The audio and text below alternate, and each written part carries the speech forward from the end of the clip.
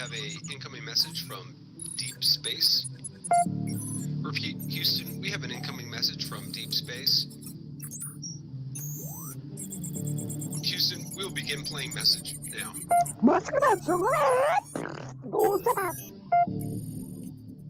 Houston, we're going to try and translate that up here. Hold for translation.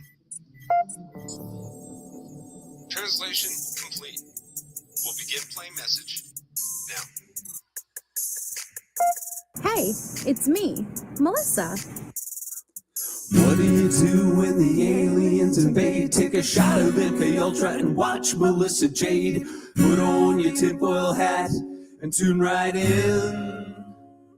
We got that crime spree, flat earth theories, government conspiracies, a complex Mandela effects, unidentified optics, a mind expanding, fake moon landing, what are dolphins understanding? It's me, Melissa. It's me, Melissa.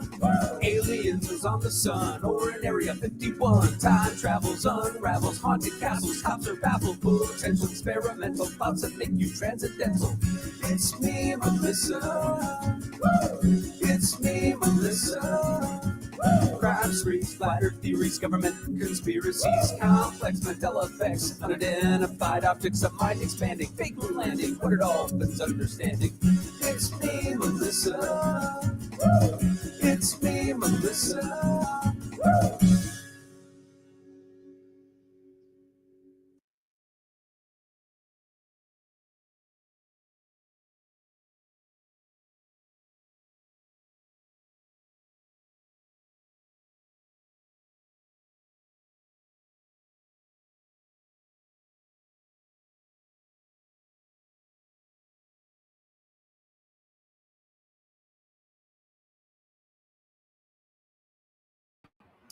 Hello, everybody. Hey, T-Love.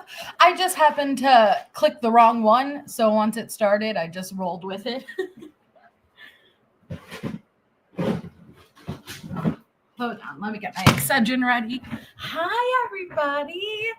Okay, so let me just start. Hi, Callie, Vicky. Thank you so much for hitting that thumbs up.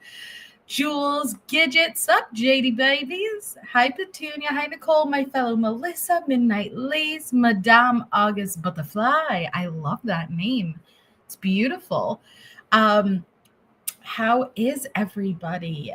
I have missed you all. I've been sitting here anxiously waiting us to be able to go through more of these reports. Unfortunately, I'm going to be flying solo tonight. Coordinating doesn't always work out. Hi, Mally. Hi, poor Linda. And I'm devastated, but I don't feel like we'll get through too many. You know, like we'll get through some. And I'm trying to get my missing child for tonight. Let's see. How about Nebraska? I feel like I haven't done Nebraska. Okay, perfect. Okay, so our missing child for tonight's. Okay, poor Linda. I will check, even though I've completely abandoned basically my email and messenger. Anybody who has tried to reach out to me, know that I am not ignoring you. Particularly, since my move, I have just abandoned basically all communication with anybody. As you guys know, at first it was just giving me anxiety at the idea of going back, and I miss so many. And then I'll feel bad if I respond to one and not others. And so I kind of just never went back, which I know. I feel like I have to allow myself to say, okay, I'm just never going to check old ones and start checking them from here on out. But I don't know if that's a messed up thing to do. I don't know. Either way. Hey, Wolfie. Hey, C. Carter. Hi, Lisa. So our missing child for tonight's live stream is Morgan Eliza Lear. She has been missing since July 23rd, 2025 out of Lincoln, Nebraska. She is 16 years old. So if you or anyone you know has information on her whereabouts, please contact the Lincoln Police Department at 1-402-441-6000. Okay. Hi, Legendary. Yeah. And like, I have not. Oh, no. So sorry, Seeker. Like, I don't want anyone to think I wouldn't individually answer them. And I usually, even if I'm delayed, I'm very good at responding back eventually. I just can't promise it's going to be like the next day. But I feel really horrible because obviously I care that people care enough to reach out for whatever reason. And I feel bad that I've left people hanging, but it's just been a crazy time. You guys know I had the move going on, started a new job, and I have a lot of personal stuff going on. And so just even getting on and functioning is overwhelming. But I also have to apologize for the way I abruptly ended the stream the other night. It was very embarrassing. I will say that. I quickly sum it up to TMJ, but to make you understand better, yes, it's TMJ, but it's easier for me to just say TMJ versus explain really what's going on. But like my TMJ, it's caused by an injury. And so sometimes when it's the TMJ, yeah, my jaw just hurts, like I could get a headache. But no, then sometimes if it's a bad episode, like it'll trigger the injured muscle and nerve, and it starts to like seize up and spasm, and it is excruciating pain, and it could come out of nowhere. I could go from laughing, eating chips, remember, because that's what was happening, and then all of a sudden I have to get off like right now. I was in tears waiting for Shay to get through that last report. And so I apologize. It sucks. But I wouldn't do that like if it wasn't like there's just no way I was able to continue. Yeah, Angel. And like I said, it's not even just the TMJ. When my TMJ acts up, yes, it sucks, but I could push through it. But with the TMJ acting up, it triggers that nerve and that muscle. I don't know how to explain it. Like I have a huge scar on the side of my face from it. But once that like muscle seizes up, that's when like the extreme pain happens. Like, and my whole jaw starts to shake. My eyesight, like I can't even see anymore. And it's all in your face, in your head, And so I have to basically shut everything down, sit in the pitch dark and just rock and wait there until it passes. And it could take 5 minutes. It could take 5 hours. It could take even to today. Like my jaw has not been better since that night when I last was on. So it sucks either way. Long story just to say, like, I'm sorry for the way I ended. I'm sure you guys were able to hear I was in tears. Like I couldn't even talk to tell you guys I had to end. That's why I was trying to type in the chat, I'm going to be ending abruptly. And of course it had to be the longest investigative report out of all the ones we went through. I'm like, oh my God, this is brutal. Just wait for her to finish. Just wait for her to finish. And it was like 8 pages long and I just couldn't do it. But we're here now. My jaw is still in pain, but I'm going to do my best. I'm not going to stay on for a crazy amount of time because talking does trigger it and it's not fully better yet. So I don't want to push it too much, but I'm very excited to be able to come on. And so I'm going to restart the report that Shay read because it's a very important interview. It's the interview with Bethany, and I did not absorb any of it. Is that from an injury? Because like mine was from an injury. And so I have a huge like chunk missing out of the side of my face. Like that's the best way I could explain it. And so that muscle that wraps around my jaw, because it was such a deep cut, the best way I can explain it is if like I got a facelift on one side of my face, but unintentionally and not with good results. Like it pulled everything to one side and tightened up because it's missing a chunk there, but that muscle that was injured, and like I said, it wraps around your jaw, it'll seize up and it'll fucking spasm, and it causes the worst. I can't, like, I'm good with pain. Okay. I'm good with pain. But again, like you guys heard me at the end of the last night, I was in tears, like, gotta go now. Like the worst pain. I've been told about Botox, Carter.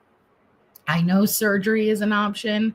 But this in particular is something that when it happens, the pain is excruciating. You don't think you could even make it. But then when it passes, you just go on about life. It's very easy to put it out of your mind because the pain isn't there. It's not like something that like every day you necessarily feel. There's been times where I've gone a year and it didn't happen. But since right before my move, it's been happening a couple of times a week. It's been a lot. So once the pain is gone, I kind of just go on about life and I never follow through with anything, you know, which is not good.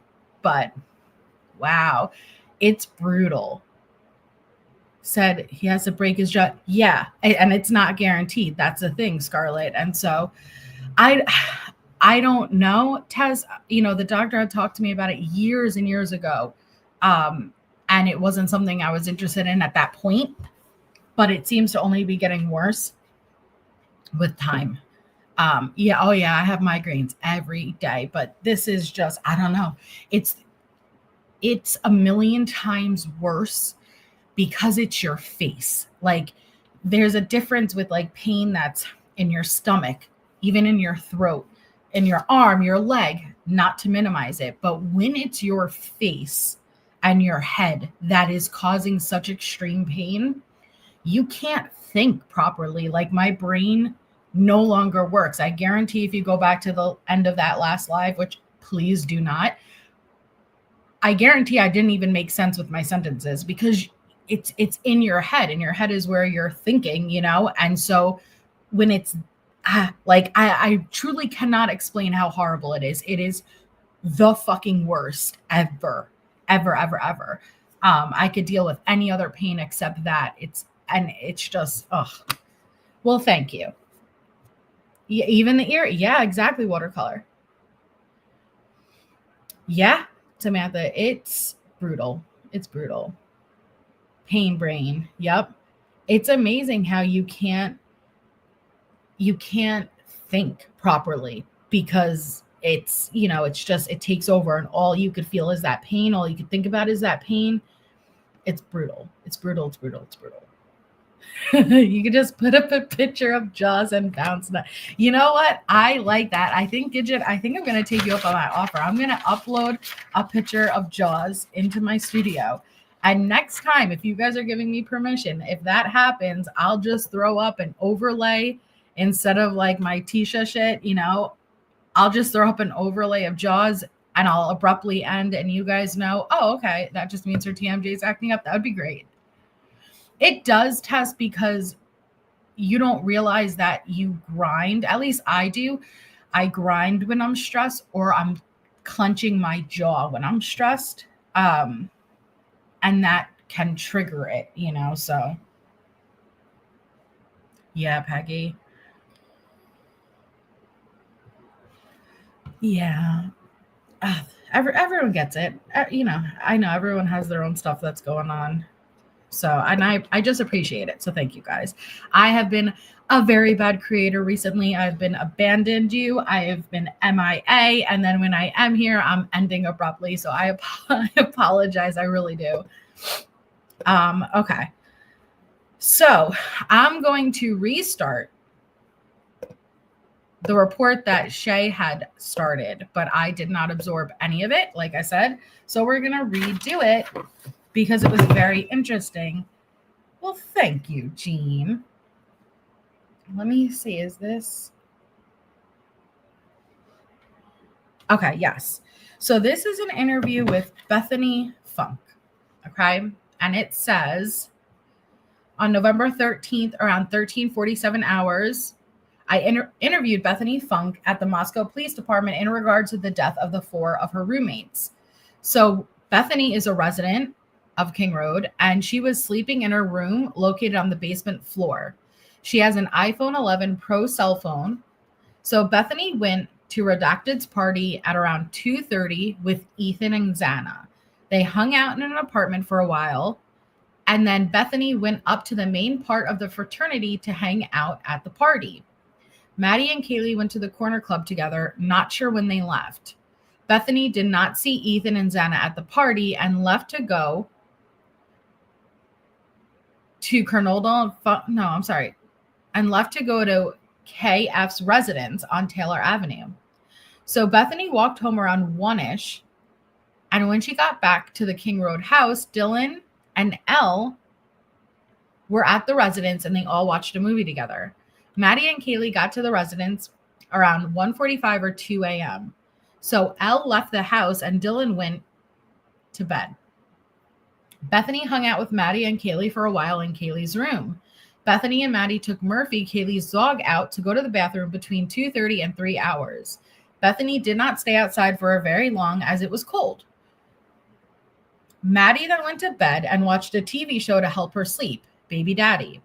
At around 4 or 4:20 hours, Bethany heard what she thought was a firework and saw a spark on the ground from under her room. See that? I remember this. Oh, thank you, Jean. Here's your big old diction button. Thank you so much. It's very kind of you. This is what's throwing me.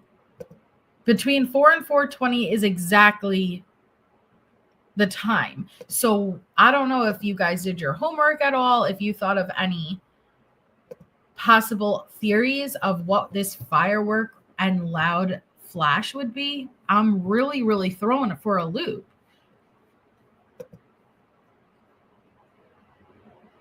So she said she saw it, the spark, under her door. And I showed you guys the layout of the house. So Bethany then heard Murphy barking. Dylan called Bethany and stated that she had seen someone in the house, and Bethany told her she could come down to her room and sleep with her. Dylan went to Bethany's room and went to bed. They woke up around 11 and talked to other friends who came over, and they checked on Xana and Ethan and found them deceased. Bethany originally called 911 and stated her friends were passed out and would not wake up. Bethany talked about an incident with Kaylee, who stated about a month ago she saw an unknown male up above their house to the south who was staring at her when she took Murphy out to go potty. Bethany stated Kaylee broke up. Wait, am I on the wrong? Bethany stated Kaylee broke up with her longtime boyfriend about 3 months ago because she was planning on moving to Texas. Bethany could not provide me with anything else at that time. So wait, this doesn't seem like the right one. Hold on.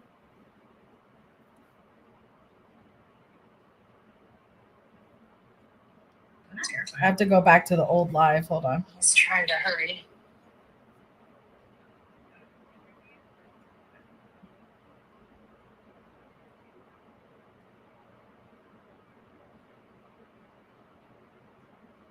No, this is.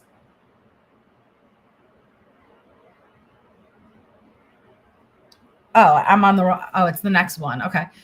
Thank you, Angel D, for 11 months.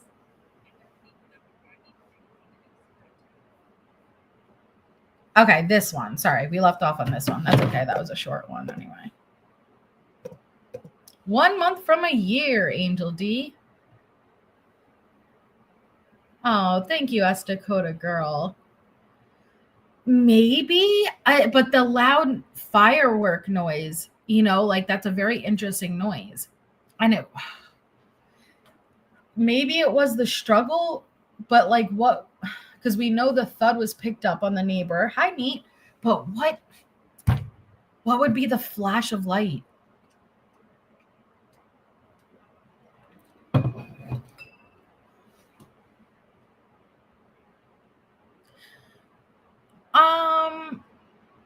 Peggy, I don't know about that because Bubbly Waters, I don't know about the chaos factor. Bubbly Waters is not a very reliable source.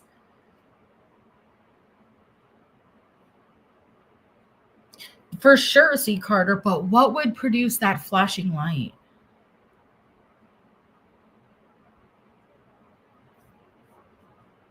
So this is the second interview with Bethany. So this was 3 days later on the 16th at around 11:55. I met with Bethany. Present during the interview with me, besides me and Bethany, were her parents. So I asked Bethany who had the front door code. Bethany told me the following people had it. Bethany stated the above named people were the only ones she knew who had the code.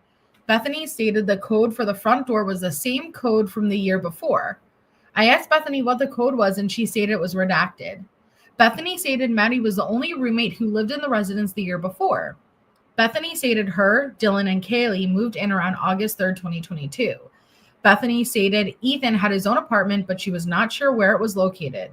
Bethany stated Maddie kept her same room from the year before. Maddie's room was located on the 3rd floor on the east side of the residence next to the bathroom. I asked Bethany about Murphy's routine. Murphy was Kaylee's dog that she had purchased when she was still dating Jack. So Bethany stated Kaylee would primarily take Murphy out, but Maddie would also help.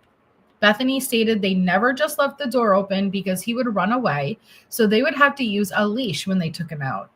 Bethany stated Murphy would not bark that often and was friendly. Bethany stated Murphy would primarily sleep in Kaylee's room, and if Kaylee was not home, he would be left in the room. Okay. Ooh, Gidget. Interesting theory.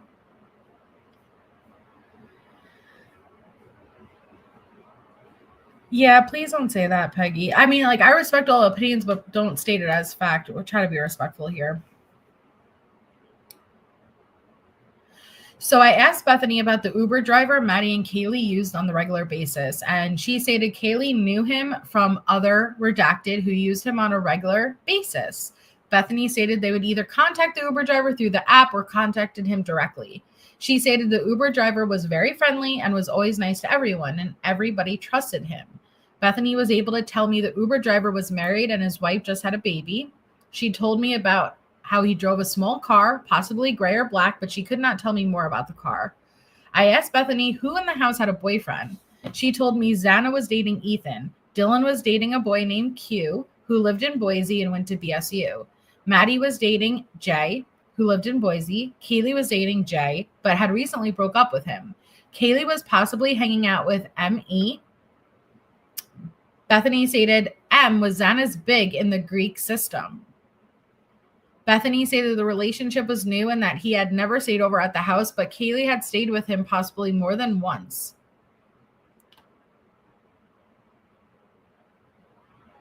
How was a guy Xana's big? Can males be? This is when I need Shay because I don't do fraternity sorority stuff. Yay, Aaron.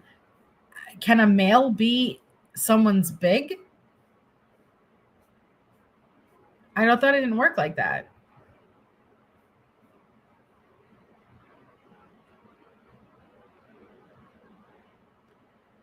Okay, that's your opinion, Peggy.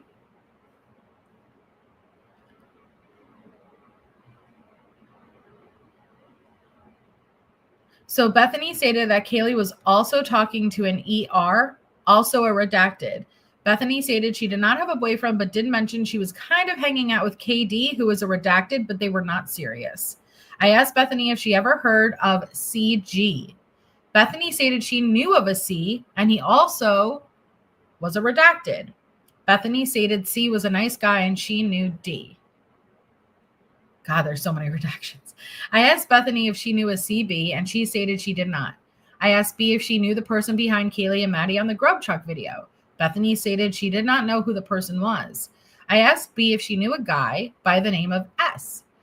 Bethany stated she did not know him, but stated she had heard of a friend of Maddie's, that her boyfriend, JF, also a redacted, that he would never want to get into a fight with S as he had anger issues.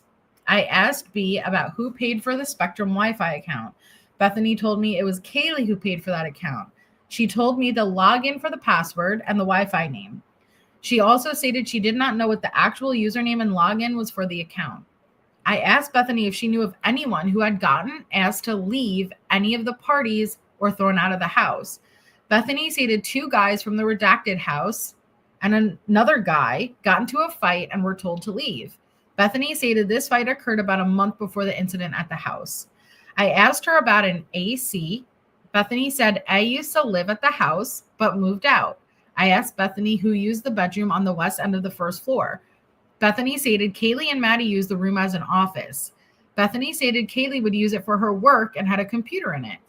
I asked Bethany if any of the girls who lived in the house had jobs. She told me Maddie and Xana both worked at Mad Greek.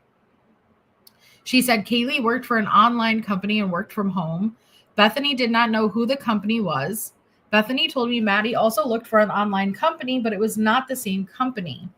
She said the company Maddie worked for was out of Boise, and during the summer, she had worked for them in their office.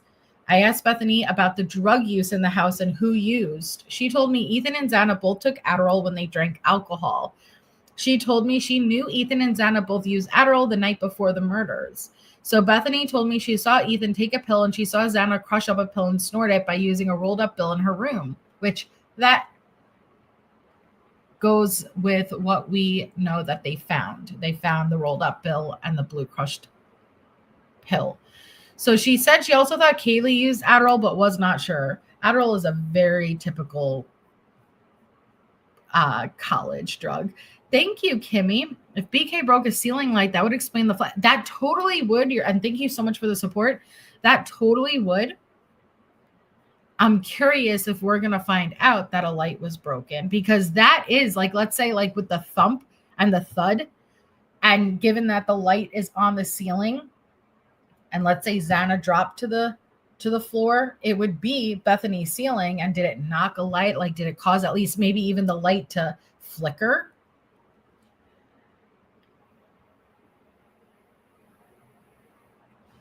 Yeah, they do watercolor. Especially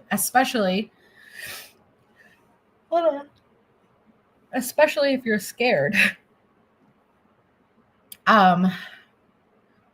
So I asked Bethany if she had any issues from any other people who live around them, and she stated besides the 3 to 4 noise complaints, there were no issues. She told me Kaylee would look up who the registered sex offenders were that lived in the area. She stated Kaylee had found a registered sex offender who lived close to them in the blue apartment on Queen. Kaylee stated he was older, in his 30s to 40s. She stated that Kaylee was looking at the sex offender registry within the week or so before the murders. Bethany stated Kaylee was into crime shows and stated that there was nothing that happened to prompt her to look up the sex offender registry. I asked Bethany about the 2 other incidents where Kaylee had mentioned some weird things happened. She told me about an incident at Winco where a male had followed her around the store, watched her check out, and then followed her to her vehicle. Xana was waiting in the vehicle. She stated Kaylee said the male was African American in his late 20s. Bethany felt it happened sometime before Halloween, so mid to late October. She stated Kaylee purchased a case of White Claws for Xana. So Bethany and her roommates had found the door open on November 4th around 10:57, and they entered the house, grabbed golf clubs out of the west first floor bedroom. Now you guys have to remember they took Ethan's golf clubs. Or I think they were Ethan's. Yeah, the golf clubs, they did take it into evidence. Oh no, Diana. So Bethany and the other roommates walked around the house with the golf clubs to check the house. Kaylee was not home for this incident as she had gone home for the weekend. Wind was blowing and the screws on the hinges were loose, and Xana's dad fixed it before he left that weekend. Kaylee told everyone about an incident where she saw a male watching her when she had taken Murphy out back to go to the bathroom. Bethany could not remember when this happened, but she could not provide an actual day. Bethany stated she had been at the chapter meeting at the time Kaylee called them asking if they were going to be home soon. The following is a timeline of events of November 12th to November 13th. Bethany stated she was the last one in the house to wake up, and when she got up, Ethan was in the house in the living room, and Kaylee, Dylan, Maddie, and Xana were all gone. Bethany felt she got up sometime between 10 and 11 in the morning. Bethany stated she checked her Find My Friends app and saw they were at Taco Bell at the time. Once Kaylee, Dylan, Maddie, and Xana got back, they started getting ready for the day. Kaylee, Dylan, Maddie, and Bethany were in Kaylee's room and they were getting ready for a party. The house belonged to Redacted. The apartment is located on Redacted, okay.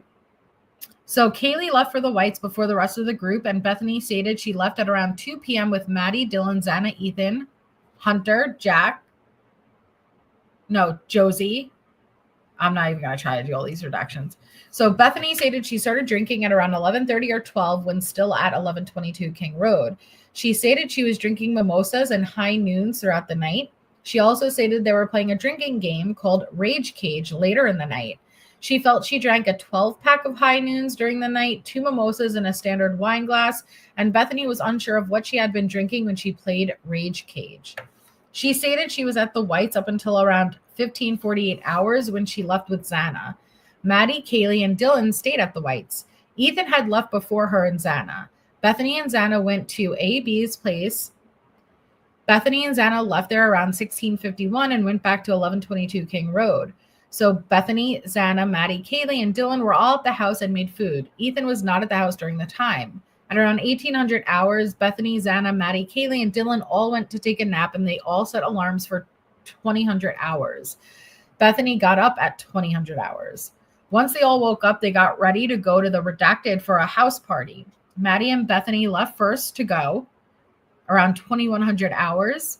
Kaylee stayed home and was not going to go to the party. Ethan and Xana came over to the party after Bethany and Maddie. Dylan did not come with the rest and walked over at a later time. Maddie was not there for a very long time, and she went back to the house to go to the club with Kaylee. Bethany felt Maddie left sometime after 2109 hours. One of Bethany's friends got to the house and hung out with her. Bethany stated that Y showed up around 2200 hours. They stayed in one of the apartments for a little longer, and she and Y went up to the main house for the fraternity. Bethany states he hung out in the main part of the house for a while, and before she left the fraternity, she saw Ethan and Xana in the apartment. This was around 17 hours. Bethany and Y went to A's house on Taylor. She stated her and these people were the only ones at the house. Bethany stated she walked home around 1 a.m. and Dylan and Elle were the only one in the house. Bethany, Dylan, and Elle were watching Vampire Diaries for a while, and at around 1:22 hours, Elle left. Dylan went to her room after Elle left, and around 2 a.m., Kaylee and Maddie came home. Maddie, Kaylee, and Dylan and Bethany went to Kaylee's bedroom once they got home. Kaylee was getting ready for bed as they were hanging out in the room. Bethany, Maddie, and Dylan went downstairs, and Maddie and Bethany took Murphy outside to let him go to the bathroom. Bethany only stayed outside for a short time, and she went back into the house and put something away in her cupboard and grabbed a bag of chips. Bethany went downstairs to go to bed. Bethany stated nothing was unusual about Maddie and Bethany's demeanor when they got home. Why does it say Maddie and B's demeanor? I think it meant Kaylee. Okay. Bethany stated they both appeared to be happy. Bethany said Maddie was very highly intoxicated, and she had not seen her at that level of intoxication for a very long time. Bethany said when she went home, Bethany said when she went to bed, she was using her iPad to watch a TV show off of Hulu. She said she was watching Baby Daddy. She could not remember what episode she was watching or how long she was watching. As she was watching the show, Maddie came downstairs and asked her if she had Murphy with her because she could not find him. Bethany said no, and Bethany said her door was locked and she normally locks her door when she goes to bed. Bethany told me she eventually turned off the show and her iPad and went to sleep. Bethany said she woke up after falling asleep, hearing what she felt was a firecracker go off, and she thought she saw a sparkler going off through the crack under her door. It's very interesting because that had to have come from the second floor. Like, that's the only thing that makes sense to me, but something would have been substantial enough to make not only the sound, but it illuminate underneath her crack. That sounded weird, but you know what I mean. Hi, Karen.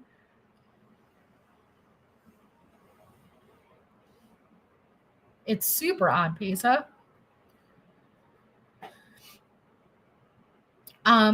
Okay, so Bethany stated she did not know what happened. Either Bethany called Dylan or Dylan called Bethany, and Dylan stated she thought she had seen someone dressed in all black in the house. Bethany said Xana had been wearing all black, but Dylan responded by saying she thought he had a ski mask on. Bethany said she didn't really know what to say to what Dylan said. Bethany admitted both her and Dylan get scared easily. Bethany even thought maybe one of Ethan's fraternity brothers could have been playing a joke. So Bethany told Dylan to come down to her room, and Dylan ran down to her room, which that does make sense. We have to remember they were pranking each other all the time, and the chance that maybe they were just pulling a prank. Like, again, your brain goes to rational explanations. It doesn't go to those types of, looking hindsight, it's easy to see, why didn't you know something was wrong? But your brain processes things differently in the moment. Hi, Fragile Bomb. Yeah, maybe legendary. So Bethany tried calling Kaylee, Maddie, Xana, and Ethan's phone, and nobody answered. She said it was normal for Kaylee, Maddie, Xana, and Ethan not to answer if they were sleeping if she called late at night. So Bethany looked at her phone, and it showed Bethany called Dylan at 4:19 a.m. and at 4:20, Dylan called her back. Ah, wow, that's interesting. So Bethany was the first one. It wasn't even Dylan who called Bethany first. It was Bethany that called Dylan first. That means that sound and light had to startle and wake her up enough to where she started calling. That changes things for me. I don't know what it changes, but it's a big factor for me. So during the call, Bethany asked Dylan if she heard a firecracker, and Dylan said she did. Bethany could not recall if it was during this call where Dylan was talking about seeing someone in black walking in the house. Once Bethany and Dylan were in Bethany's room together, they continued to talk about what they heard and saw. Bethany told me Dylan said the male in black was walking out to the back door and they had made eye contact with each other. Bethany said Dylan said the male was white with a big nose and that he was possibly holding a small vacuum-type object. Bethany and Dylan did not call 911 at the time because Bethany thought Dylan was imagining what she was talking about. Bethany stated both her and Dylan were both still drunk and they were very groggy. Bethany told me prior to hearing the firecracker, she thought she heard Murphy bark. She also heard what she thought was the beer pong table moving and cups falling. Oh, no. Oh, that was most likely Xana running, guys. Okay, so there's that. The beer pong table was located in the living room, which is above Bethany's bedroom. Bethany stated she was not sure what the sequence of events were for sure, but she knows she heard Murphy bark, the beer pong table, and then the firecracker first before she called Dylan to see if she heard the same thing. Wow. Bethany told me she tried calling Xana and Maddie at 4:21 and then tried calling Ethan at 4:22. She stated she tried calling Maddie, Kaylee, Xana several more times once Dylan got into her room.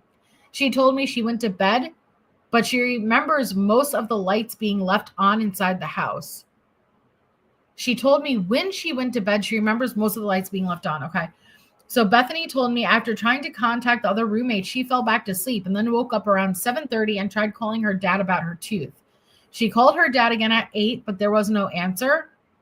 Her house at 8:01 with no answer, and then called her mom at 8:02, and he answered and asked to talk to her dad. Her dad called back at 8:09, and he talked to him and eventually took Advil for her tooth. Bethany then fell back to sleep. Bethany woke up at around 11 and noticed no one else in the house was up. Bethany stated she knew this because Xana's Snapchat location was not on, and it should have been. Bethany and Dylan got scared because they should have been up. Bethany then called her friend, Jack. Bethany then called her friend Josie and told her she and Dylan were scared and asked if she would come and get them. Dylan then called E and asked her to come over, Emily. Dylan and Bethany knew Emily was with Hunter, so they knew he would come over with her. Hunter arrived at the house and came through the front door. Hunter went up to the stairs first, and when she and Dylan went up the stairs, Hunter turned around and told Dylan and Bethany to get out of the house and to call for help. Bethany stated she could see Xana on the floor of her bedroom. Bethany said Xana was wearing underwear and a sweatshirt. Bethany stated the door was partially open, but stated the door would be closed. Bethany called 911 and was trying to talk to the dispatcher, but was having a hard time talking. Bethany had to give the phone to her friend Josie so she could talk. I asked Bethany if she has ever seen Xana on the floor like that, like the way she did that morning. And Bethany told me she has never seen this, but has heard Xana would pass out on the floor in the past when she is highly intoxicated. Bethany told me Hunter went back into the house. She could not remember if Jay and E went into the house, Josie and Emily. So Bethany told me she believed Hunter grabbed a knife from the kitchen when he went back into the house. Bethany stated the police arrived as she was still on the phone and she disconnected with dispatch. Bethany did not provide any further information related to this incident. Wow. Okay. Yeah, Tracy, absolutely.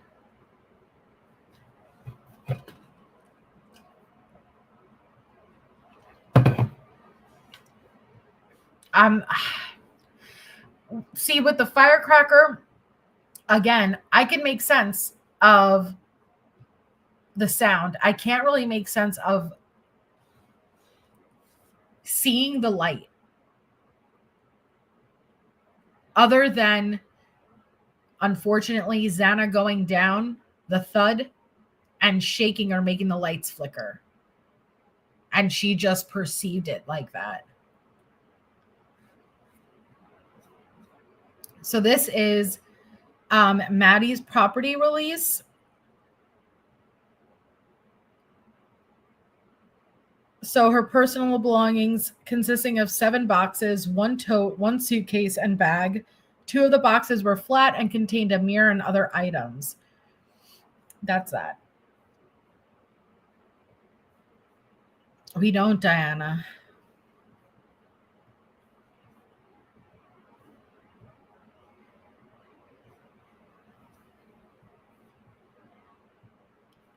Hey, Tony. I know, J13. So this is the Lanier Disaster Services response. So December 30th at approximately 8:45, Disaster Services responded to 1122 King Road to begin cleaning the residents of biohazards and other chemicals used during the crime scene processing. This was a prearranged response. As members of the disaster response were setting up their tents and barriers, I received a call from Lada County Prosecutor Bill Thompson. He advised me that a judge's order had just been issued requesting all mitigation and cleanup to be halted immediately. At that point, I instructed the disaster services crew members to stop. I confirmed that the door to the residence had not been open and no one had entered the residence yet. I checked the evidence tape on the door to ensure the seal had not been broken. I stood by while all the equipment was loaded back into the response trailer and the entire team left the area. I returned to the scene back over the Northern State Security Guard and replaced the barricade tape across the parking lot entrance. I left the scene at that time. I don't personally think a taser, Lacey, even though I've seen a few people say that. And the reason why I don't is because I would have anticipated that, okay, even though this isn't confirmed with JonBenet Ramsey, I'm just using it as the example. If you guys remember, there's wide speculation that a taser was used on JonBenet because she had these 2 parallel markings on her that perfectly lined up to a stun gun, but also perfectly lined up to Burke's train tracks in the basement. If there was something like a taser, I would anticipate similar, and again, it's just an example, but to JonBenet, there would be those markings and we would have heard about it because that would have been a second weapon.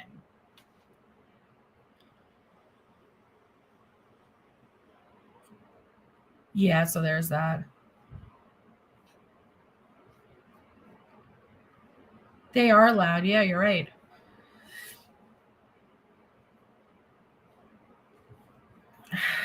Oh, thank you, Parlinda, for 14 months. This is still the best play. Oh, you're so sweet. Thank you. That really means more to me than you know. Ow! Oh, I didn't hit my funny bone. I hit my knee funny bone. Oh, whatever that is. It's a very unfunny spot. Ow, but thank you.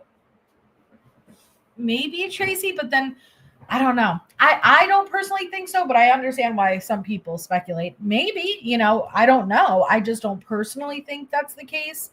I think it's more likely the struggle and the thud produced the sound, and it might have caused the light to flicker, and she equated it to that. So this is the transport of DNA to Othram. So they dropped off evidence. After getting the evidence checked into the lab, I signed for the DNA profile. It was collected from the knife sheath. The sheath had been transported to the lab. The DNA was stored in a vial, packaged into evidence, properly sealed.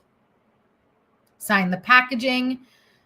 Yeah, we get it. I don't need to read all. It's just protocol.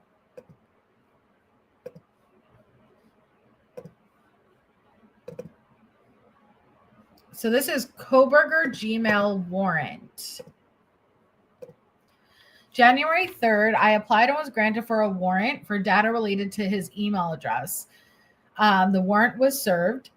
I received an email from Google stating the data requested was available. I logged into the portal, downloaded the files, and they were stored at the MPD, completed the warrant, return an affidavit.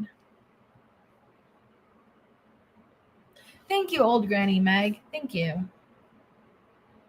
That's what I was thinking. So like exactly that. So again, you have to remember Bethany was under them. And so something like that loud thud that was picked up would have created a vibration on the floor, and any lighting fixture on the ceiling. And if it was in the hallway area outside of Bethany's room, or if there was a light on upstairs, it's an open concept. It could have created that illusion of a flicker light, you know? Hey, Carolyn Coops.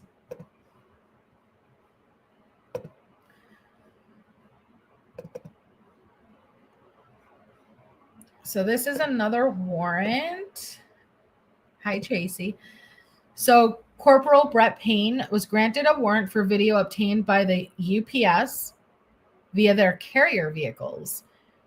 So the warrant was served, received an email, downloaded. Okay, they got the UPS footage.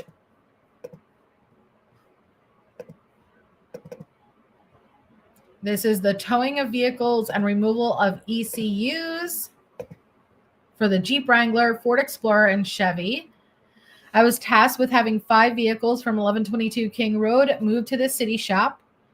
Towing was the only vehicle available to accommodate blank towing was the only vehicle able to accommodate the towing of the vehicles. I watched them hook up each vehicle and followed each vehicle from 1122 King Road to the city shop. I met with the FBI agent, assisted in removing the ECU from the Jeep Wrangler belonging to Ethan. After the ECU was removed, I took possession of it and booked into property. I met with Aaron, removed the ECU from the Ford Explorer, okay, and the one belonging to Madison Mogen, and they were shipped. I opened the package and found 3 ECUs in the box. Okay, it's all very standard. Okay, got it. I deeply apologize, Legendary. Transport of deceased to redacted. So on November 13th, I was at 1122 King Road assisting with the homicide investigation and search warrant. Redacted was called to remove the 4 deceased and then transport them to Spokane for autopsies to be performed. Around 21-28 hours, I had Officer Jay Waters follow Redacted when they transported Xana and Ethan from 1122 King Road to their facility. I had Officer Waters stay at Redacted with Xana and Ethan so they could return and transport Kaylee and Maddie. I followed Redacted from 1122 King Road back to their facility after they collected Kaylee and Maddie. Once at Redacted, I watched PH place name tags on the 4 deceased along with corresponding numbers to help identify them. I then placed evidence tape on the body bag, sealing the bags up until they arrive in Spokane, and the autopsies can be completed. I photographed the evidence tape and have burned these photos onto a DVD, which was booked into evidence. I then saw H place the 4 deceased into a cooler located at the facility. That's heartbreaking, man. Absolutely heartbreaking.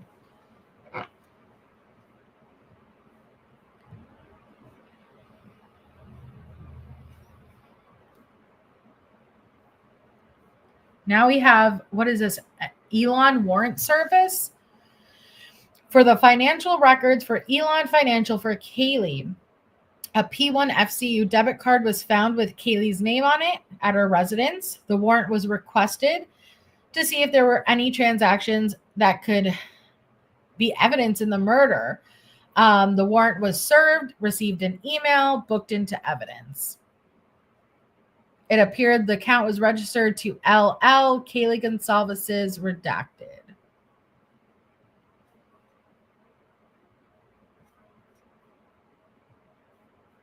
Hey, ATS News. I got to talk to you about this, ATS. I haven't had a chance to talk to anyone, but I haven't talked to you about it yet. I want to hear your thoughts.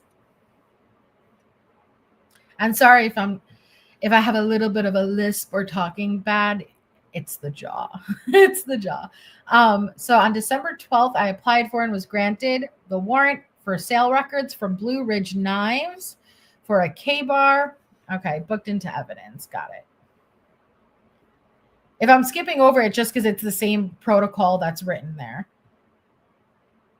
So the Extreme Network warrant.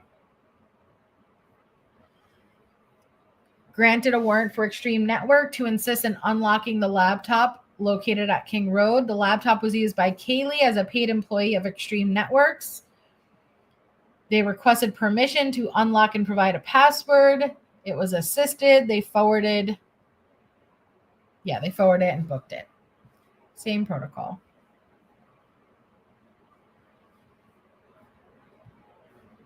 Okay, I gotta open up the next.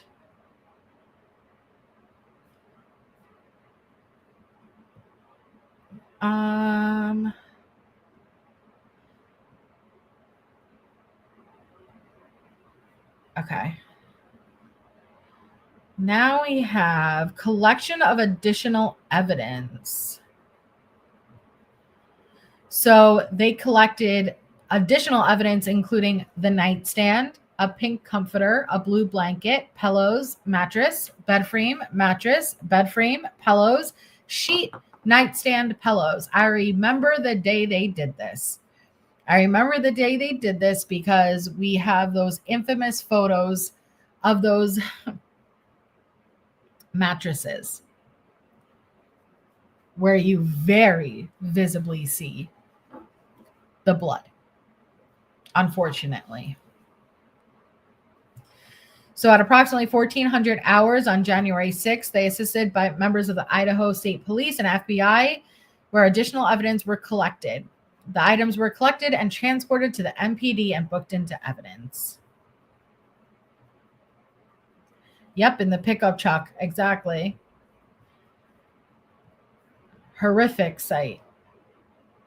So the release of Dylan Mortenson's personal items.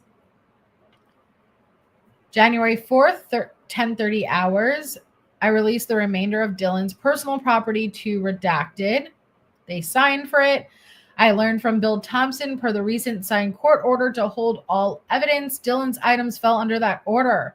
Thompson stated his office would contact Dylan and make arrangements to have Dylan's items returned to NPD. So they traveled to Boise, Idaho, and picked up Dylan's personal belongings, transported them back to NPD. Dang.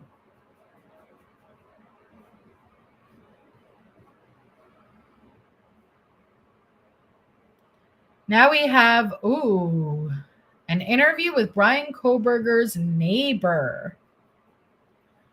Don't mind if I do. So FA and AA, I'm assuming that's husband and wife. December 30th at approximately 6:30 hours, I stood by while a search warrant was served at Redacted, the residence of BryanKohberger. While on scene, on one of the neighbors, AA, who lived in the same building, stated her husband, returned home and he might have additional information to add regarding Bryan. A had been interviewed earlier in the day by several FBI agents prior to F returning home. So Detective Mowry and I met with A and F in their apartment. I recorded the conversation with my phone and informed F and A I would be recording. A said she had been speaking with F about the questions she was asked, one question being if she had ever seen Bryan with anyone else. F told me they did remember a time when they returned home and said they saw Bryan sitting on the stairs leading up to his apartment next to a male. F and A described the male as having light brown skin, a sleeve tattoo on his left arm, wearing a sleeveless shirt and shorts. F said the male was riding a dark color blue or black Harley type motorcycle. F said the motorcycle was not a sport bike and was very loud. F said he and A both noticed Bryan and the male talking, but said as they got closer, both Bryan and the male stopped talking and looked at them. A said Bryan acknowledged them and asked, "How's it going?" A said it seemed as if Bryan was acting overly nice. A and F said when they walked away to their apartment, Bryan and the male were still silent and did not continue their conversation. F said he saw the male get up and heard the motorcycle start, but did not see him drive off. F and A said this was the only time they ever saw this person and or saw or heard the motorcycle. F and A said Bryan seemed like a quiet person, and they remembered meeting Bryan's dad when Bryan moved in. F said Bryan's dad was very talkative. F and A said Bryan's car was always clean and neat, even on rainy days. Who looks at other people's cars like that? Okay. A said Bryan would often park his car right in front of their bedroom window, and they would notice the headlights when he came and went. F and A did not notice when and if Bryan changed the plates on his vehicle. F looked through his phone and thought, on the night of the murders, he probably went to bed around midnight. F did not remember seeing lights from Bryan's car and or knowing if Bryan was home or not. F mentioned on another occasion seeing Bryan return home around 1 a.m. and said he was wearing dark clothing, had on a dark-colored backpack, and when they said hi to him, he seemed pretty short with them. F did not remember what day this occurred, but said it was not the night of the murders. A said she worked late hours often and would also see Bryan returning around the same time she would, around 1 to 2 a.m. We thanked F and A for their time and told them to contact us if they could remember anything additional. Yes, poor Linda, yes. Oh, aren't air fryers the best meat noodle?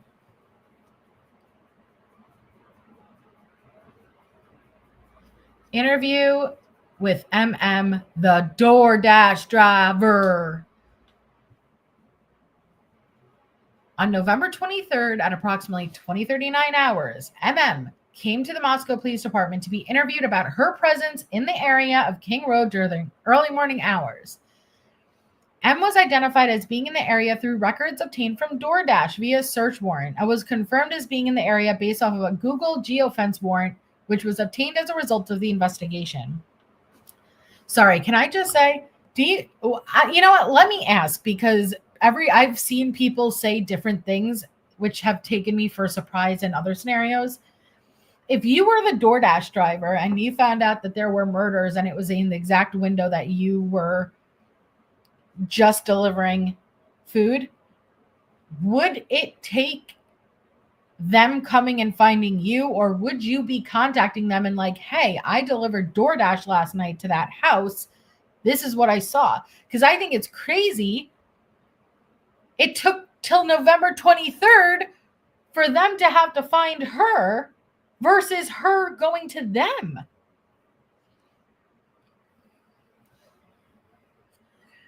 Hi, Coffee and Skeletons, and thank you. I would have been up there, right? I would be calling ASAP, like, yo, I was just there. Weird.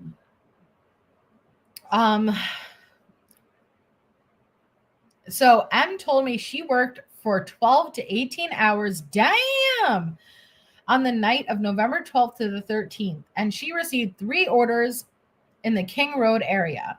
2 of the orders were at Queen Road apartment complex, which is immediately to the east of 1122. M said the delivery at 1122 was her final order for the evening. M said she could not find the 1122 King Road address as the address number was hidden by the porch light, which caused her to remain in the area for approximately 15 minutes.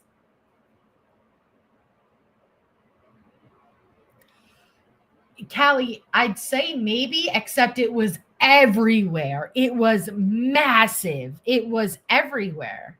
It was Moscow. It was a small little town where this stuff doesn't happen. You know what I mean? But maybe, I guess. 15 minutes she was cruising around. That's a lot of overlap with Bryan. Holy macaroni.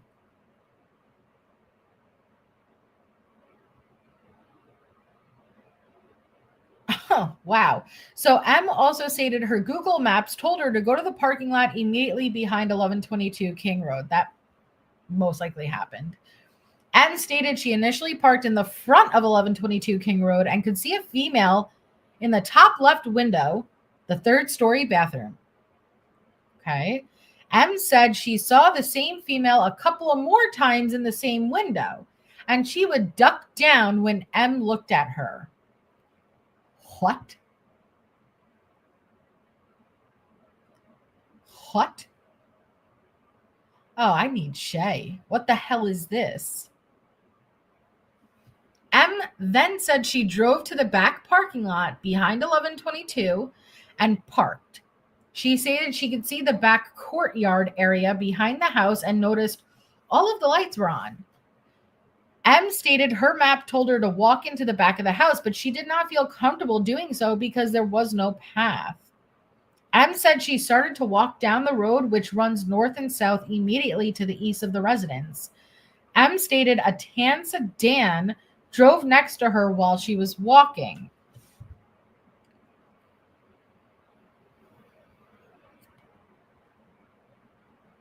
M said there was one male driver and noticed that he, quote, did not look at me. She said he looked completely zoned and just drove by her. Well, let me pause.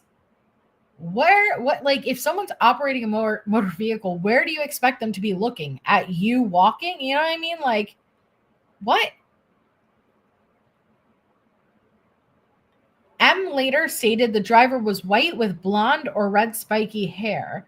M also noticed the dome light in the car was on when it went by and later told me the male was wearing a light collared shirt. M stated she walked back up to her car and drove back to the front of King Road, at which point she saw the address numbers. Finally, M said she placed the order at the front door, took a picture, and then left at approximately 4 a.m. God, it's just so crazy. During the time M was in the area of the King Road residence, the white Elantra can be seen via the King Road camera driving back and forth on Walenta Drive and then enter the King Road, Queen Road loop at approximately 3:56 hours. At the point M pulled into the front parking lot before she dropped the order off, the white Elantra pulled in behind M's vehicle, a gray Subaru Forester, and then exited the King Road at approximately 3:58 hours. M did not mention seeing the white Elantra behind her at any time. Shut the front door. Are you kidding me? He pulled in behind her. He probably didn't even realize someone was in there. He probably was going to, holy macaroni, why would he take that risk? Why would he take that risk? Like if he, holy crap. Because we always speculated, like, is there a chance he didn't see the DoorDash driver? That means you pulled in behind her vehicle, knew, again, there was activity, there was someone, and then saw that vehicle leave and still went in? Huh. Wow. I continued to question M about her time near the residence. She told me she walked down Queen Road at one point with her flashlight out.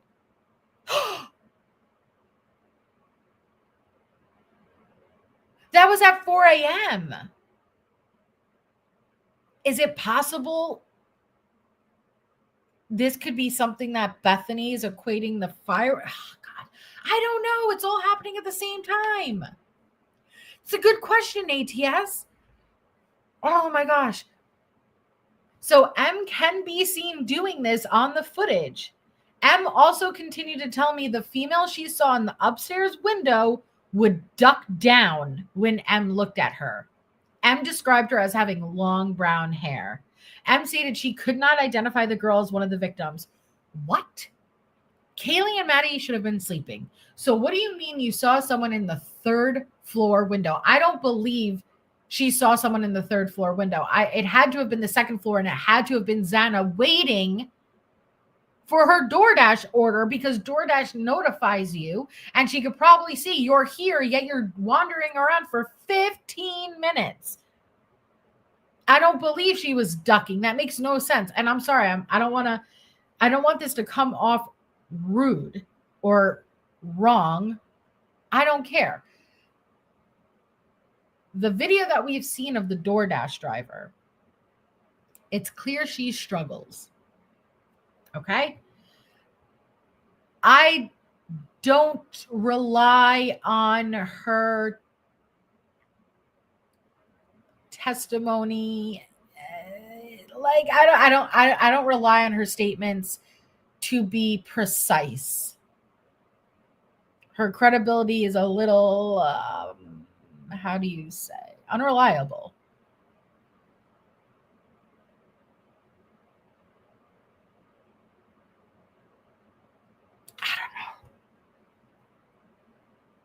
I don't believe anyone was ducking down. I duck when I see my DoorDash driver too. The camera right on the corner, KDP, that had the the infamous footage that we've all seen of him doing 3-point turn and stuff. No, not all DoorDash have cameras. No, but it tracks you when you are on. DoorDash specifically doesn't need cameras. More Uber and Lyft would, but they don't require cameras either. Yeah, that would make sense, Kristen. I don't think she saw Xana in the 3rd floor window. I think it makes a lot more sense. And again, granted, that house is confusing. It would have been the 2nd floor. And I think there's no way Xana was ducking. I think she was looking at you, trying to figure out why you didn't drop her off for DoorDash yet. That's what makes the most sense to me. Approximately 30 minutes into the interview, S.A. Skelton requested M take part in a cognitive interview. M agreed, and S.A. Skelton began the cognitive interview. And during this interview, M confirmed much of the information she already told us. M was able to remember she had her dog with her during one of her walks in the area, but did not clarify much more in the way of the details in the evening. We thanked M for her cooperation, offered any support she may need, and concluded our interview. Hold up. You're telling me she worked a 12 to 18-hour shift. She had her dog in the vehicle with her, and then she took the dog out and was walking up and down for 15 minutes, not knowing where to drop this order off? That's weird. I'm sorry, that is super weird.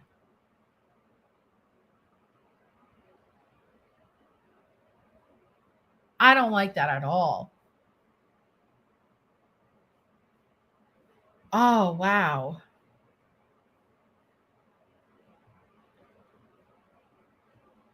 Nope. I'm gonna have to sit and ponder on that and give you my thoughts, because I'm a little taken back right now. And when I say little, I mean I'm a lot taken back. There was a lot in that. And I really wish Shay was here, because I have some major issues with what I just read. Yeah, collectively, we don't like it. Alexi, I'm thinking in a respectful way. She is not reliable. I thought that before I even read that narrative. But I think also with the amount of time that lapsed between the murders taking place and her interview taking place, she already would have been subjected to media and the reporting, and it would have been influenced. And I ask myself, why didn't she come forward? Why did it take them having to find her? But then I compare it to the body cam footage we've seen of her, and I think there might be a reason why. And that doesn't mean it has anything to do with the murders versus her. For sure, so there's that.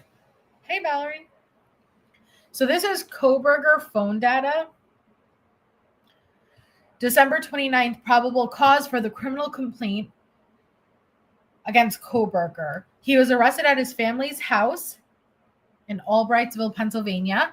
That same day, Pennsylvania magistrate signed a search warrant for the residence, which included his cell phone. His cell phone was taken into evidence as part of the search warrant. His cell phone device is currently in evidence at the FBI. Phone data was extracted. January 9th, I received the hard drive, which contains a copy of the data extracted. It was saved on external drives. Served a search warrant on the hard drive located at the forensics lab. Completed, booked into evidence. Okay, so I began examining the data for any accounts linked to the phone in Kohberger with other electronic service providers, such as Facebook, Snapchat, etc. I located the following installed apps, website history, screenshots, and username and passwords associated with an electronic service provider. So he had Yik Yak. Can someone educate me and tell me what Yik Yak is? We gone over it, Fragile Like a Bomb. If you go a couple of streams back. Well, we have the new photo of Kohberger. Did you guys see that from when he was arrested? I could show it to you. But does anyone know Yik Yak?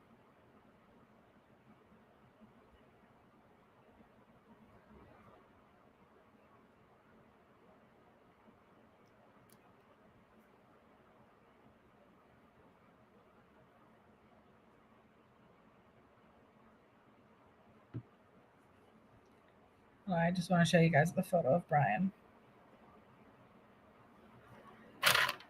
Hey, spinster. This was Bryan the day the night he was arrested.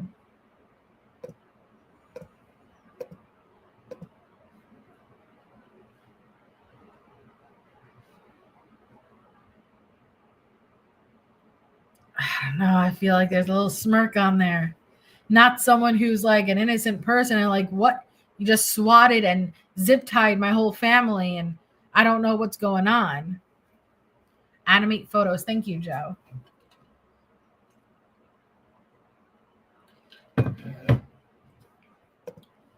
I don't like it. Not trying to judge a book by the literal cover, but you know. Thank you, KDP. Oh, 7 lilies. Me too, Samantha.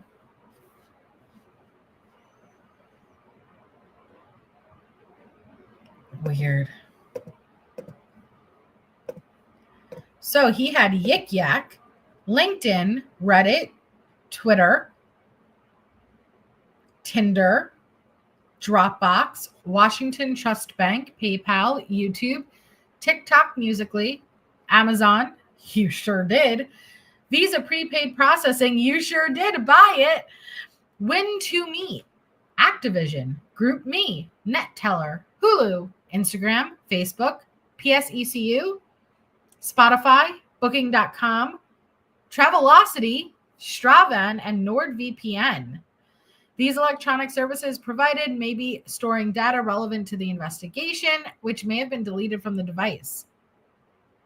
They will be requesting. Kids use it for hookups.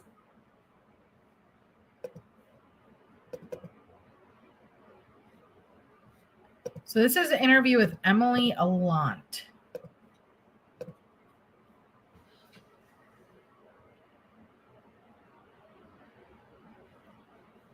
So November 13th at 13:49 hours, I interviewed Emily Alant. I asked Emily what her relationship to the victims were, and she told me Xana was her best friend, and the others were all her close friends as well. After I collected her information, I asked Emily to tell me about her day on the 12th. Emily stated she left the football game and then went to see her friends at the apartment near hers. Emily stated she arrived at her apartment at approximately 20-30 hours. She stated she, J, H, J, and all went to sleep early that evening of the 12th. Emily stated they planned to go to the lodge party but did not end up going. Emily stated she and Hunter woke up at approximately 1 and then stayed up watching TV until approximately 3, at which point they went back to sleep. Emily stated she woke up at approximately 10:30 hours on the 13th. Emily stated M called her at approximately 11:51 hours that morning and said, last night, which is Mogen. Mortensen, Dylan.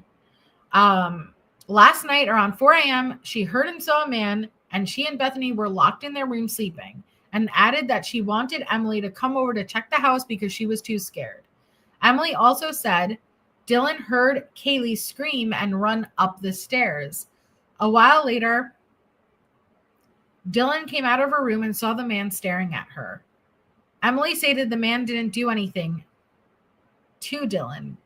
Dylan said she stayed locked in her room and heard the side door close. So she ran into Bethany's room. Well, it didn't close. I asked Emily if she asked Dylan why she didn't call anyone that night. Emily stated Dylan told her it was because she was intoxicated and didn't want to believe what was going on. Dylan also told Emily the man was wearing a mask and could only see his eyes and nose.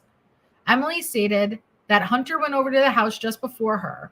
When Emily arrived, she stated she went upstairs but was stopped by Hunter, who told Emily she didn't want to see it. Emily went back outside and officers responded.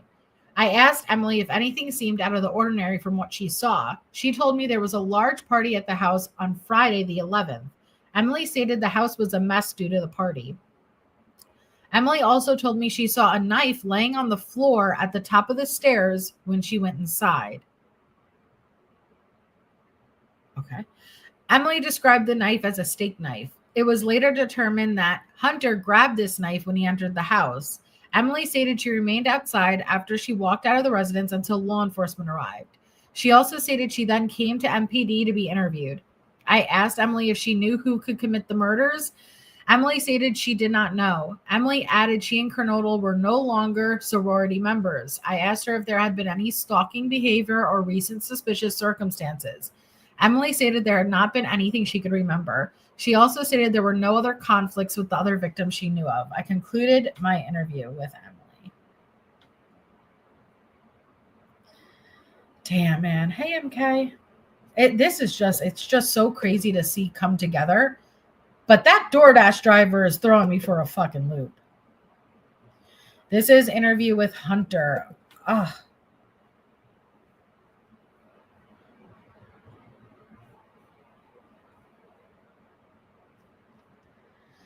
November 13th, I conducted an interview with... No, I'm not, sorry, it's not Hunter. This is...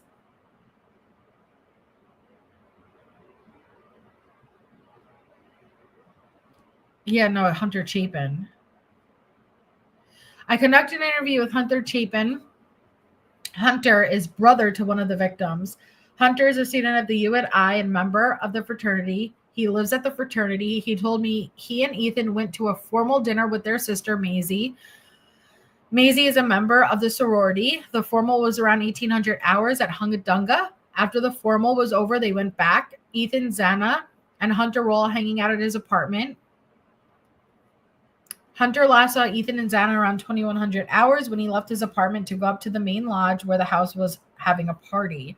Hunter returned at 2115 hours and Ethan and Xana were gone. Hunter stated he went to bed around 2200 hours. I asked Hunter if Ethan had any issues with anyone. He told me no. I asked Hunter if he knew if Xana had any issues with anyone. He told me no.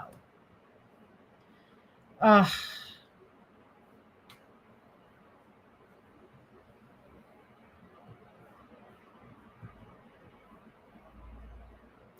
This is an interview with JL, which is Emily's roommate, Josie.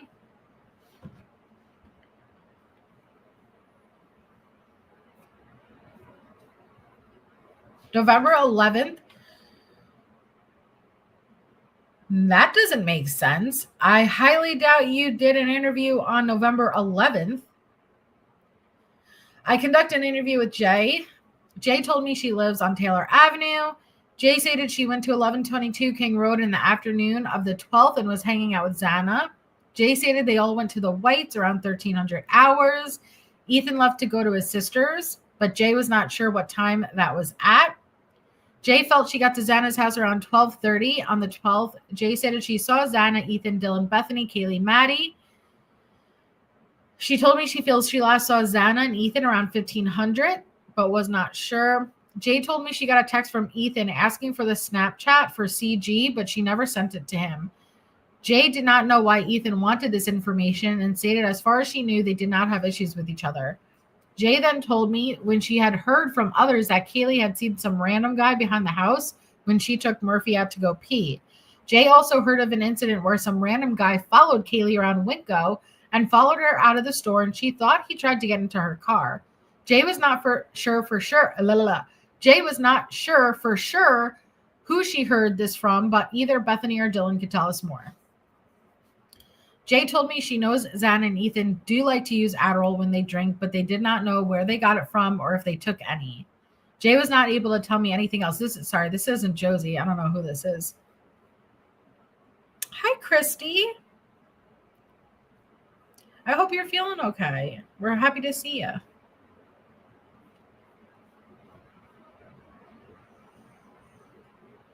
So this is interview with AW. 5 months, girls Nana. Good evening, everyone. Good evening. Good evening. On November 13th, conducted an interview with A.W. A lives on Queen Road. She was working at the U of I football game and was at the game until 20:45 hours. She did not have interactions with any of the people who live at the King Road residence. She saw and heard all of the emergency lights and sirens and looked out and saw some of her friends standing outside with white blankets around them. She went out and brought more blankets to the people outside to try and help. She told me a few weeks ago on the 14th of October, she heard what she thought was a male walk up to her door and try to open the door. She stated she had a deadbolt and door were both locked. She told me she saw photos posted on Snapchat by Kaylee showing Kaylee and Maddie had been at the corner club in the Grub Chuck. She was not able to tell me anything else about the case. Interesting.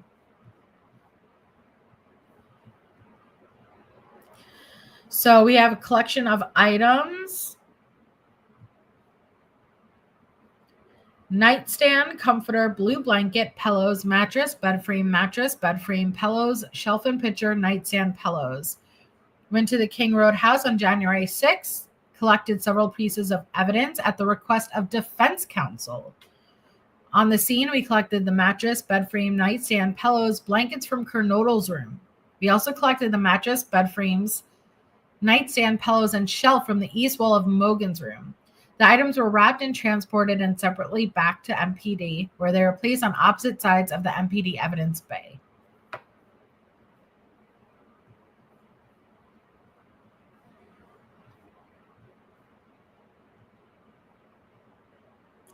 Hunter with, oh my God, why? Interview with, I think it's Maisie Chapin. So on November 13th, I interviewed Maisie at the Moscow Police Department. She is Ethan's triplet. She consented to the forensic search of her phone. I asked Maisie to tell me what her day looked like on the 12th. She stated that she had her formal that night. She did not do much prior to the formal and then went to the Hunga Dunga event. Maisie said she, Hunter, and Ethan left the formal with several other friends at approximately 2000 hours. She was dropped off at her house as the group was planning to go to the lodge party. However, Maisie stated she did not go and remained at her sorority until Hunter called her the morning of the 13th. Maisie stated Hunter told her to come to Xana's when he called her. Maisie said Hunter did not elaborate on why she needed to come to the house. She stated Hunter, so we have Hunter Johnson, Hunter Chapin, Emily Alant, and Josie, Bethany, Dylan were all there when she arrived. Maisie said someone told her when she got there that someone was in the house and Ethan and Xana didn't make it. Maisie told me Ethan, Xana, and Hunter had been texting her the night prior asking her to come to the party. Maisie said she saw the text when she woke up. Maisie stated she did not go to the house that morning. Maisie could not think of anyone who had any reason or why someone would commit the homicides. So heartbreaking.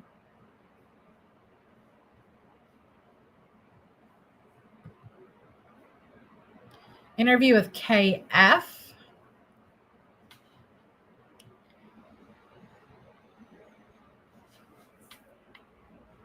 I called KF to arrange an interview. She had already left Moscow and was heading to southern Idaho with her family. She told me she had contact with Bethany and Dylan on the 12th. Dylan arrived at her residence at 22:30, and Bethany arrived around 23:30. Kay lives at Taylor Avenue. Bethany and Dylan were at the residence for 2 to 3 hours. She stated she walked them past the Whites sometime before 0200 hours when she could not positively tell me. Kay stated she stayed on Taylor and then turned around and she was not sure what route they took for sure, but felt they kept walking west on Taylor towards King. Kay stated there was a group of 3 or 4 females with Bethany and Dylan at the time. Kay did not state she was drunk at the time and she could not recall all the evidence and everyone who was present with the group. She stated that she believed LM was with the group.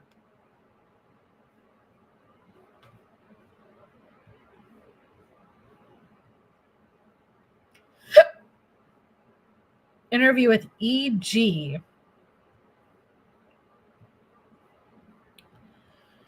November 14th, I contacted EG in the front lobby of the police department. G had contacted Moscow PD earlier in the day and stated he's the local Uber driver. See, this is what I would expect for the DoorDash driver too.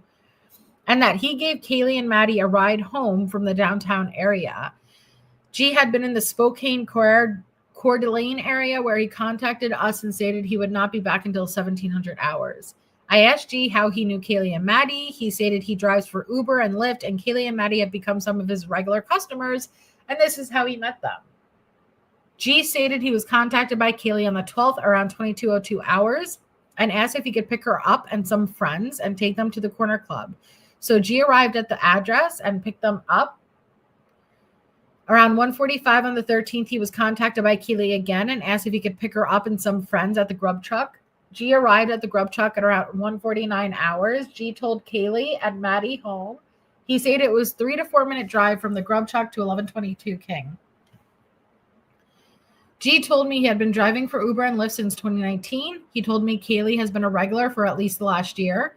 G stated he was working, but Kaylee did not contact him through Uber or Lyft, but instead texted him directly both times. G stated when he got to the grub truck, he parked in front of the grub truck of Main Street facing south. G texted Kaylee he was there, and she stated that they would be there in a second and said that they were at order 75 and theirs was 78. Kaylee and Maddie came to the vehicle a short time later. Kaylee was in the front passenger seat and Maddie was in the rear seat. Maddie was eating the food from the grub truck with her hands. Oh, bless her. They all had casual conversation. G stated they appeared to be fine and nothing appeared to be out of the ordinary. G stated he still had the text on his phone and he sent screenshots to me. I burned those screenshots to a DVD and booked them. Hey, Peach 911. Hey, Ava. She was eating it with her hands. Oh, my goodness.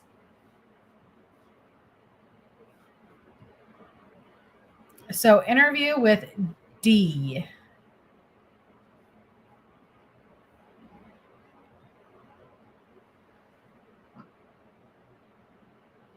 So I interviewed with JD. D was the redacted.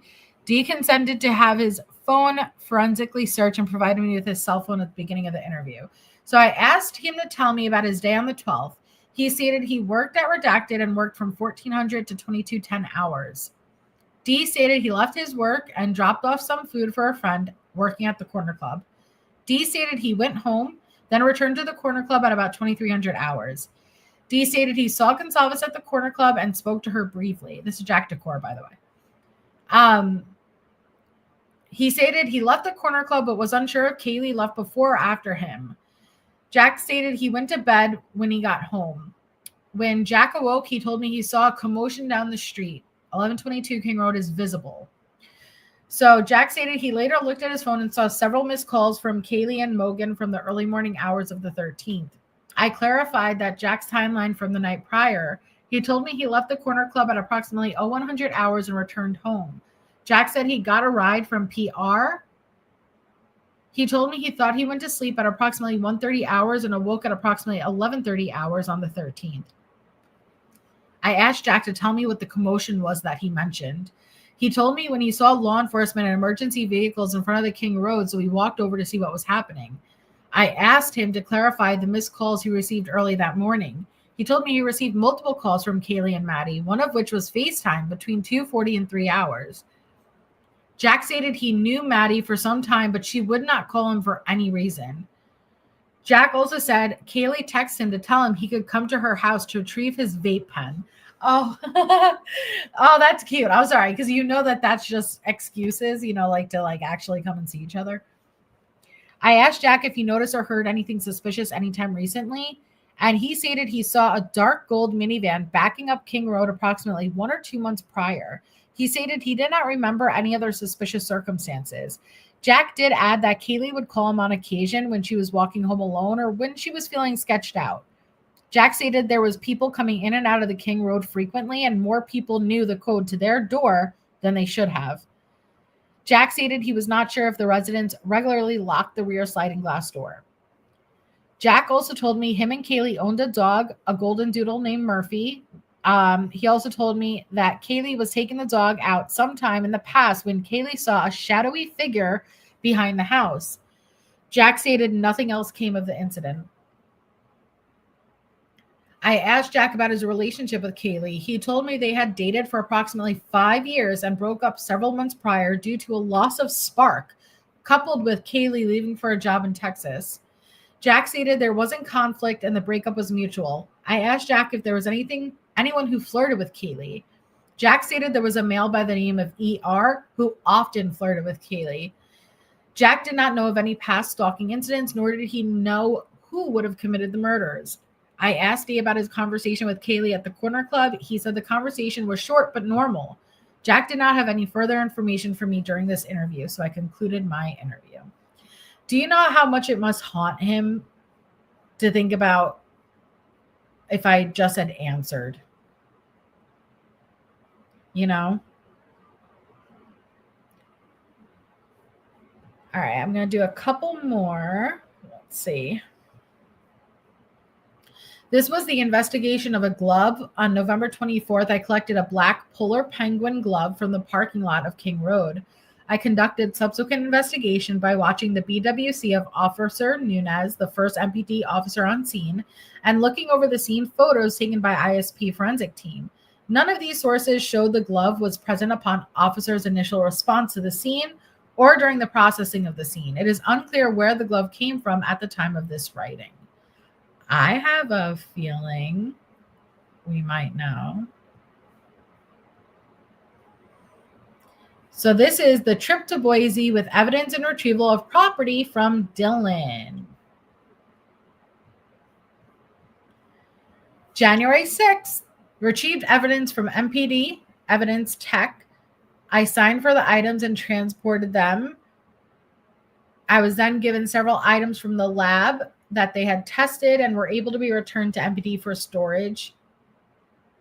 Prior to coming back to Moscow, I stopped at Dylan's residence in Boise to retrieve the personal items which had been released to her earlier in the week by accident. One item of note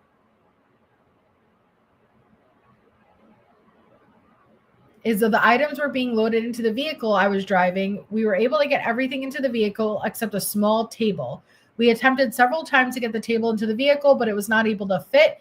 Dylan stated they did not care if the table was returned, so she had her... That can't be Dylan, but because she doesn't have a husband. So she had her husband... Oh, so Dylan's mom stated, so she had her husband break the table and place it into the vehicle. On January 10th, I told Ann Taylor, defense counsel, about why and who broke the table. Oh, she probably wasn't happy about that. Like, right? Why'd you break the table?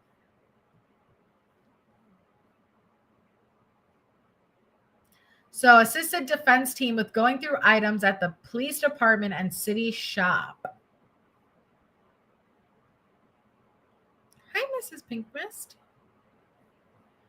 So, January 10th, I met with Ann Taylor and her team at the MPD. Taylor is defense attorney for BryanKohberger. Taylor had arranged to go through the garbage sent to us from Pennsylvania, items from Maddie's room and Xana's room, and 2 vehicles belonging to EthanChapin and personal items belonging to Ethan, Dylan, and Bethany. After looking at the garbage, Taylor identified several items she felt we could discard since they contained perishable goods and they had started to spoil. We placed these items on a shelf located in the northeast corner of the storage. Taylor also identified several items she wanted us to keep until she saw reports of these items. Taylor was good with where we were keeping the mattresses, bed frames, nightstands, shelf, and sheets from Maddie's room and Xana's room. I escorted Taylor and her team to the city shop, and they went through personal items that were removed weeks earlier. These items belonged to Bethany and Dylan and Ethan. When Taylor was done, she identified several items she wanted MPD to hold, and she was going to request an order from the judge to take these items and have them tested. These items were placed into cardboard boxes and placed away from the other items so that they would not accidentally be released. Taylor and her team looked at both vehicles while at the shop. Taylor stated she would contact Bill Thompson's office and would advise him when she felt these items could be released.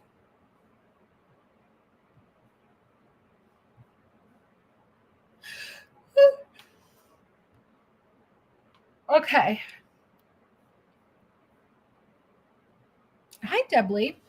So on December 7th, 2022, Lieutenant Mooney and I packed up personal belongings from Xana and Ethan's room and personal belongings from Maddie's. They helped box personal items. Lieutenant Mooney and I wore protective gloves and shoe booties, which were changed out after completion of Xana's room prior to going into Maddie's.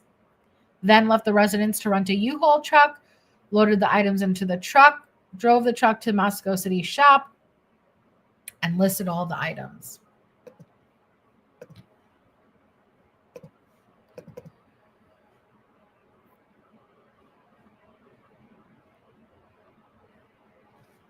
Okay, here we have a narrative.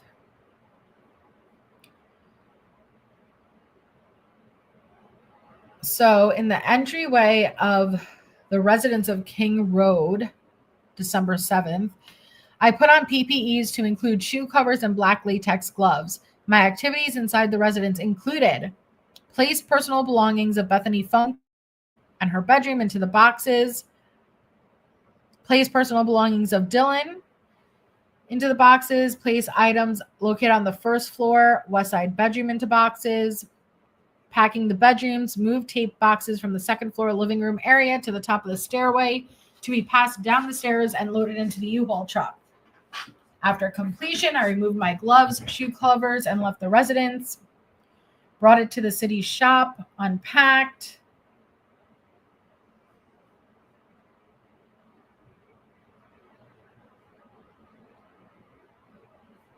That's all just, yeah, okay. It's all just the repetitive.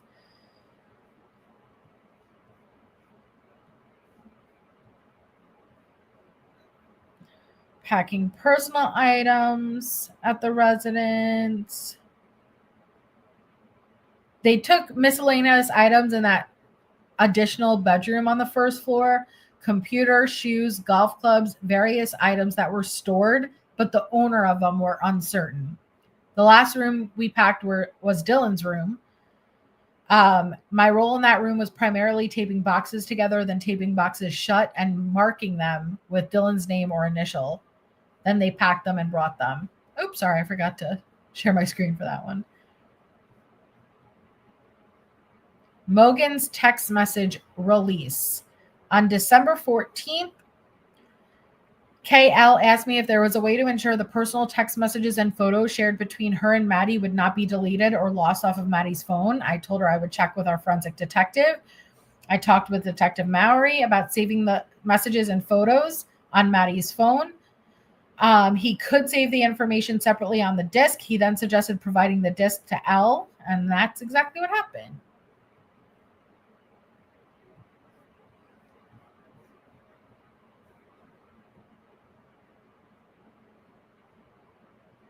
Okay. I'm going to read this last one. Whew. And then we'll continue tomorrow. So this one is interview with Kay, and I think it's Emily Alant, EA.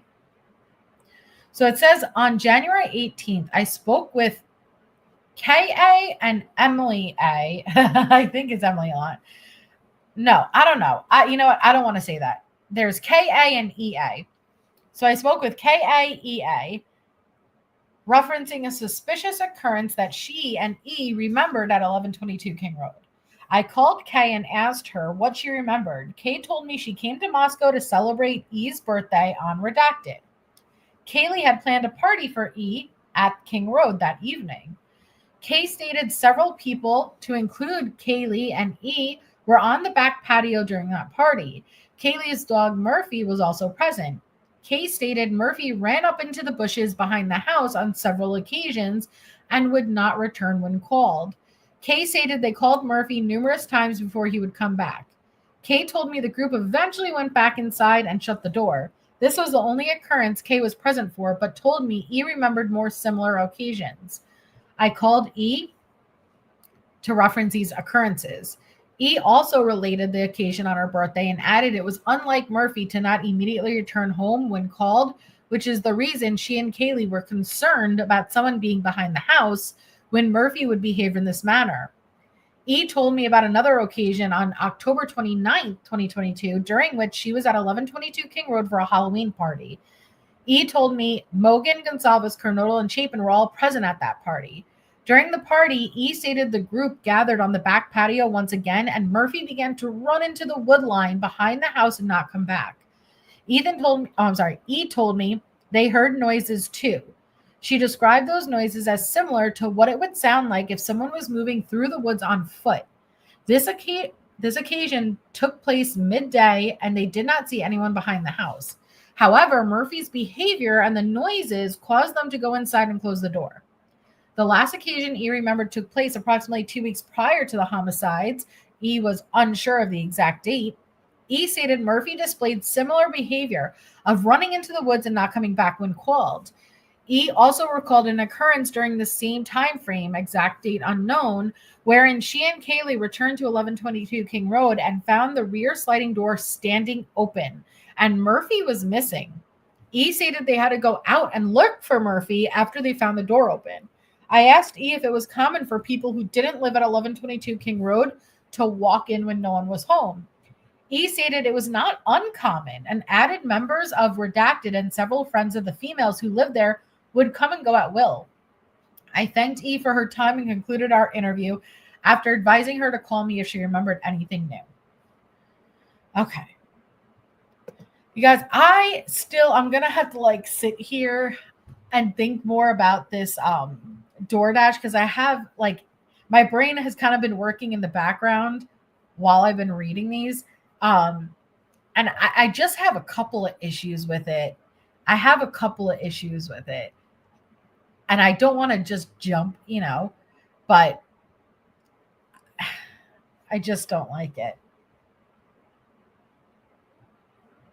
15 minutes and you're walking around with your dog. Where am I?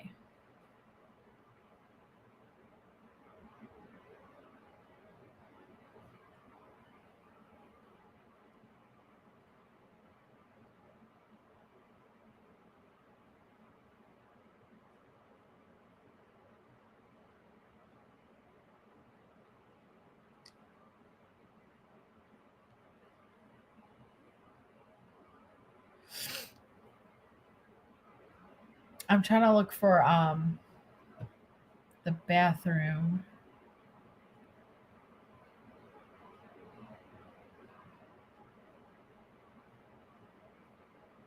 You saw her ducking down? No way.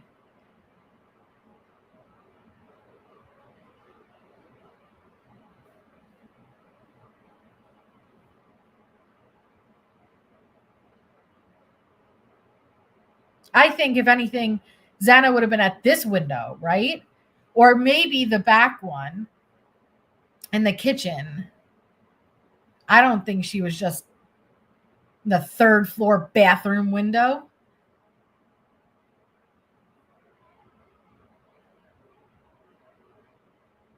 I don't think that. Nope. No.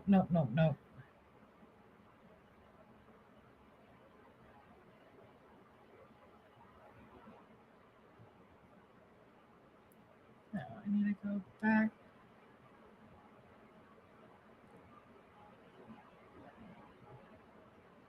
I don't think they have the third. Yeah, I can't find third floor bathroom. Well, that's what I want to know, ATS, because how'd she even know it was the bathroom? And that house was so confusing. I remember in real time trying to figure out the layout of that house and understanding that there's 2 ground floors. But that's why I'm saying I don't like the amount of time that passed before they actually hunted her down and pulled her in for an interview, because she was exposed to all of the coverage. Yeah, but where was she standing when she said that? Was she because she was walking back and forth? I don't know. I'm going to have to think about it and ponder it. I'm going to have to talk to Shay, because I just don't like it. 15 minutes. And you're telling me Kohberger pulled in behind her? We're talking about minutes before the murder happened. And she didn't even notice? She didn't even notice that a car's now behind her? The lights, nothing? I know. Legendary. I'm sorry. Woo. I'm going to have to think on it, but I will be back tomorrow. We're going to be doing this tomorrow and Sunday because I want to get through these and I'm very interested, and I'm doing a killer job. That wasn't good wording. I'm doing a fabulous job at avoiding everything online because I don't want to be tainted. But I want to get through them. So thank you all for hanging out. You guys are amazing. We will be back tomorrow night and we will go through like the next 50. That was funny, Gidget. I like that. Jossum live, Melissa. Thank you. No, you guys are amazing. Sorry that there's like a slight lisp. Hopefully that'll go away soon. But I will see you. Yes, rest your lobes, rest your nobes, and good night.